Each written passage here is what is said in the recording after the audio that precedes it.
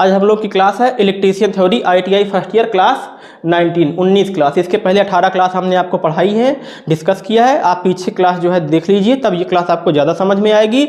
हम लोग का मुख्य उद्देश्य क्या है, ITI एग्जाम 2023 में अच्छे से अच्छा स्कोर हासिल करना। इस क्लास से संबंधित आपको PDF और ऑनलाइन मॉक टेस्ट देना है, वो भी फ्री में। तो www.globaliti.org पर जाइए, इस सुविधा का लाभ उठाइए। चलते हैं आज के हम अपने पहले क्वेश्चन की ओर। आज का हमारा पहला क्वेश्चन पूछा हुआ है, 4 कुचालित चालकों के समूह का क्या नाम है। तो 4 कुचालित चालकों के समूह को हम लोग क्या बोलते हैं, उसको क्वाड बोलते हैं। क्या बोलते हैं, what is the name of the 4 insulated conductor group. Conductor insulated group को क्या बोलते हैं, हम लोग क्वाड बोलते हैं। अगला क्वेश्चन बोला है, लैंप को नियंत्रित करने के लिए 4 लैंप को नियंत्रित करने के लिए गोदाम वायरिंग सर्किट में कितने 2 तरह के स्विच आवश्यक है।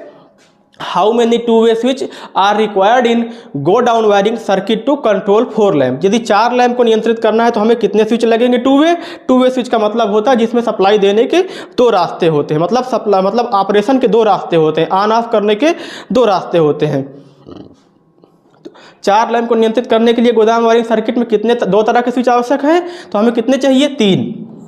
यदि पूछा होता हमें 3 लैंप नियंत्रित करने हैं तो कितने 2-वे स्विच चाहिए, हमें 2। ठीक है ना। एक कम क्यों इसलिए चाहिए, क्योंकि एक हमारा जो नॉर्मल स्विच होता है, 3 हमारे कितने हो जाएंगे, 2-वे स्विच हो जाएंगे। तो इसका राइट आंसर कौन सा हो जाएगा, बी नंबर। कौन सा राइट आंसर हो जाएगा, 3 नंबर सही हो जाएगा। मतलब कितने स्विच चाहिए हमें, 4 लैंप को नियंत्रित करने के लिए कितने 2-वे स्विच चाहिए, हमें 3 2-वे स्विच चाहिए। अगला क्वेश्चन पूछा हुआ है, बहुमंजिला इमारत के लिए तारों की ट्री प्रणाली का सबसे उपयुक्त क्यों है। मतलब why tree system of wiring most suitable for multi storage building. बहुमंजिला इमारत के लिए तारों की ट्री प्रणाली का यूज क्या है। तो एक तो हमारी चीज़ होती है, जब ट्री प्रणाली यूज कर लेते हैं तो हमारे जो प्रणाली की रिलायबिलिटी वो बढ़ जाती है। दूसरा, हमारे कंडक्टर थोड़े कम लगते हैं। और जो सबसे ज़्यादा मेन इंपॉर्टेंट है वो क्या है, फॉल्ट फाइंडिंग, दोषों को ढूंढना आसान हो जाता है। तो राइट आंसर कौन हो जाएगा इसका, easy load balancing, constant voltage offer minimum voltage drop. इसका राइट आंसर देखो, कहीं फॉल्ट फाइंडिंग लिखा हुआ है, इसका राइट आंसर कौन हो जाएगा, easy in fault finding with many fuse. कई फ्यूजों के साथ दोषों को पता लगाना आसान हो जाता है। अगला क्वेश्चन बोला हुआ है, सीलिंग में स्क्रू का छेद भरने हेतु भराव पदार्थ के रूप में किसका उपयोग किया जाता है। Paper, nylon, cement, poly vinyl chloride, इसको शॉर्ट में PVC भी बोलते हैं। बोला हुआ है सीलिंग में स्क्रू का छेद भरने के लिए कौन से मटेरियल का यूज करते हैं। फिलर गेज के रूप में जो हमारा मटेरियल होता है, जो स्क्रू जहाँ पे होता है, स्क्रू का होल हो जाता है, तो वहाँ पे कौन सा मटेरियल भरते हैं, वहाँ पे हम भरते हैं नायलॉन। क्या भरते हैं वहाँ पे, नायलॉन भरते हैं। ये 2 तरीके से, एक तो हमारे स्क्रू के लेयर को खराब होने से बचाता है, दूसरा जैसे अगर कोई करंट या शॉक आता है तो नायलॉन जो है हमें जो हमारे स्क्रू में है, जो हमारा स्क्रू ड्राइवर लगा हुआ है, स्क्रू ड्राइवर तो होता है जिससे स्क्रू खोलते हैं, तो उसमें क्या है, करंट नहीं आने देता, लीकेज करंट उसमें नहीं आने देता। और कौन सा मटेरियल यूज करते हैं हम, नायलॉन का मटेरियल यूज करते हैं। कौन सा, नायलॉन का।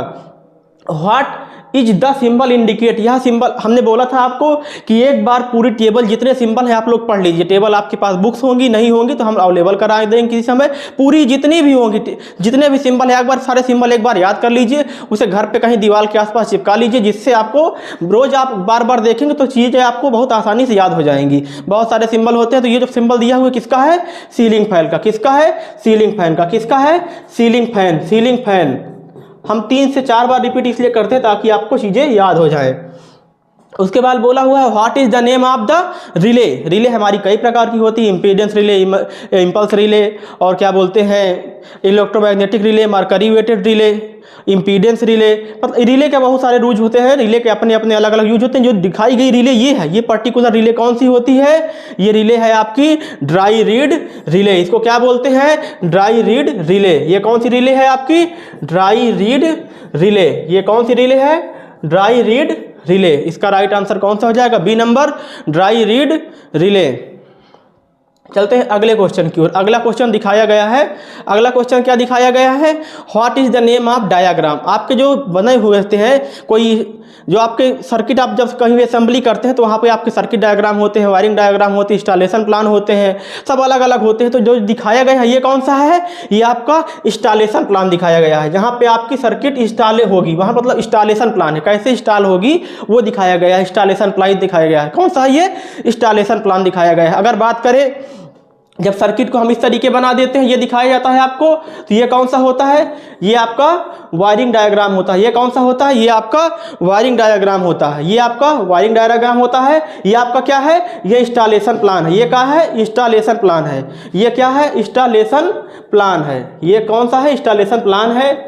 और ये कौन सा होता है, वायरिंग डायग्राम होता है। ये कौन सा होता है, वायरिंग डायग्राम होता है। अगर इस तरीके पूछ ले क्वेश्चन में तो घबराना नहीं, बता देना ये वायरिंग डायग्राम है।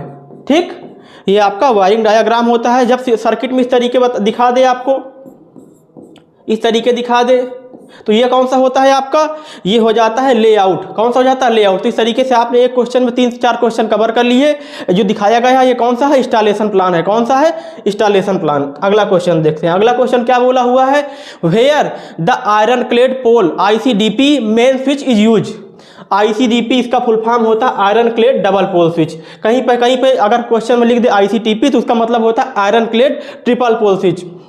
Large industrial installation, control main और branch circuit, single phase domestic installation, और पूछा हुआ है 3 फेज पावर सर्किट इंस्टॉलेशन। तो बोला हुआ आयरन क्लेड मुख्य स्विच का उपयोग क्या है, कहाँ पे यूज करते हैं हम, बोला हुआ iron clad double pole switch का यूज कहाँ पे करते हैं हम, क्योंकि डबल पोल है ना, तो हमारा जो सिंगल फेज सप्लाई होती है उसमें नॉर्मली डबल पोल होते हैं ना, दो वे होते हैं ना। आप कहते हो कि जब हमारी सिंगल फेज 220 वोल्ट है तो फेज और न्यूट्रल होता है।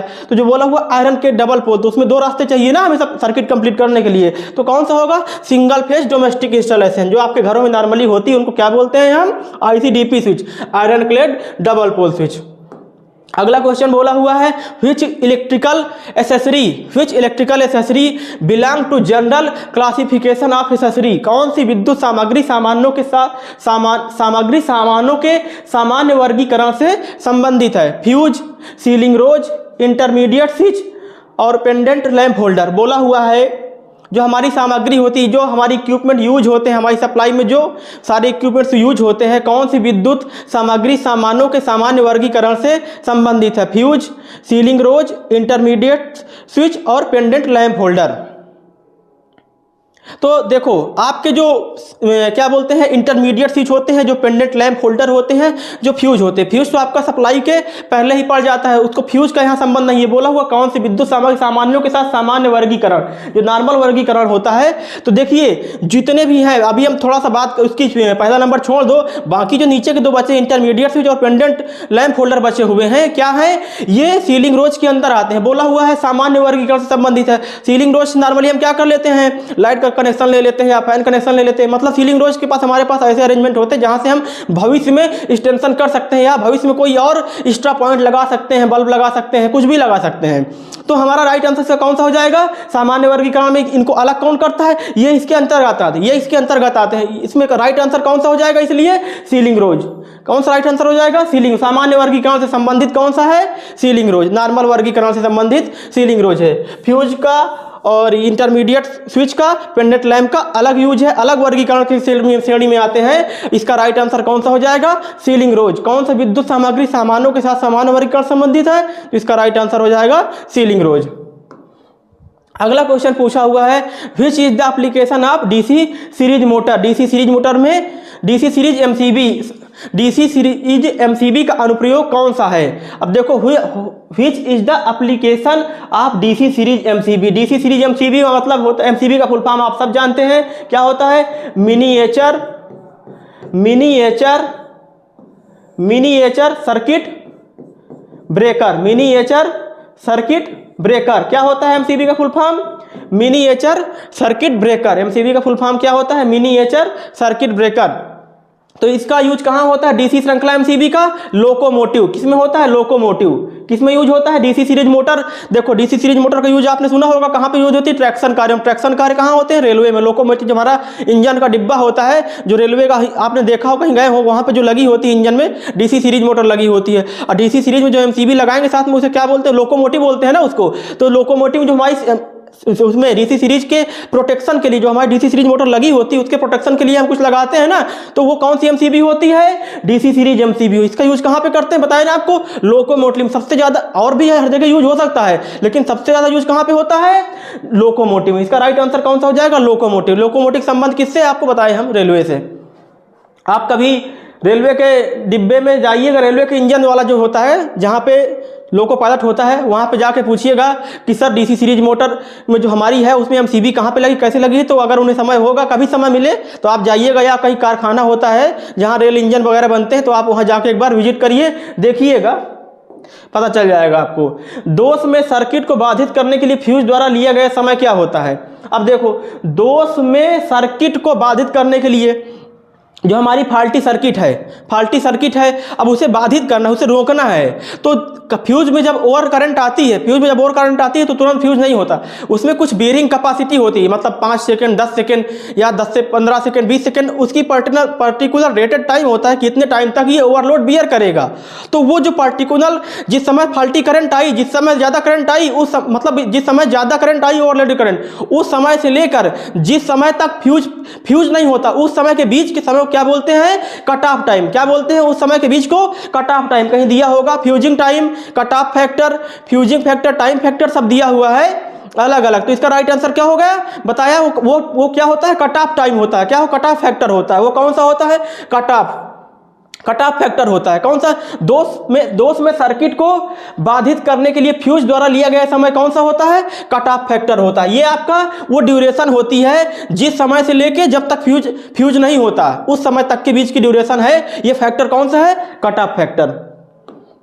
अगला क्वेश्चन दिया हुआ है, वायरिंग का ट्री सिस्टम किस स्थान पर सबसे ज्यादा यूजलेस, मतलब सबसे ज्यादा यूजफुल है। वायरिंग का ट्री सिस्टम किस स्थान पर सबसे ज्यादा यूजफुल है। Which place the tree system of wiring is most suitable। Wiring system का ट्री सिस्टम सबसे ज़्यादा कहाँ पे उपयोगित है।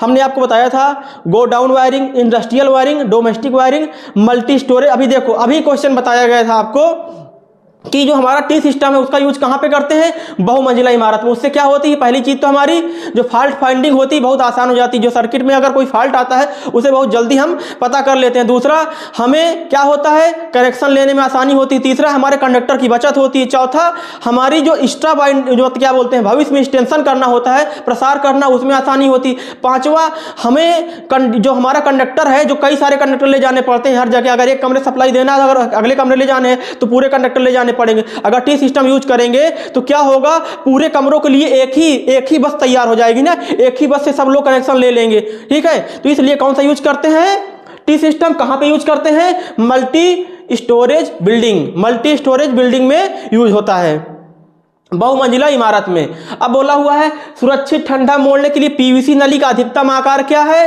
What is the maximum PVC conduit size to make safe cold bending. जो मैक्सिमम होता है वो 25 mm होता है। क्या होता है, मैक्सिमम क्या होता है, 25 mm। इसका राइट आंसर हो जाएगा सी नंबर। अगला क्वेश्चन क्या दिया हुआ है, होम थिएटर वायरिंग और पावर वायरिंग के लिए अलग अलग सिफारिश क्यों की जाती है।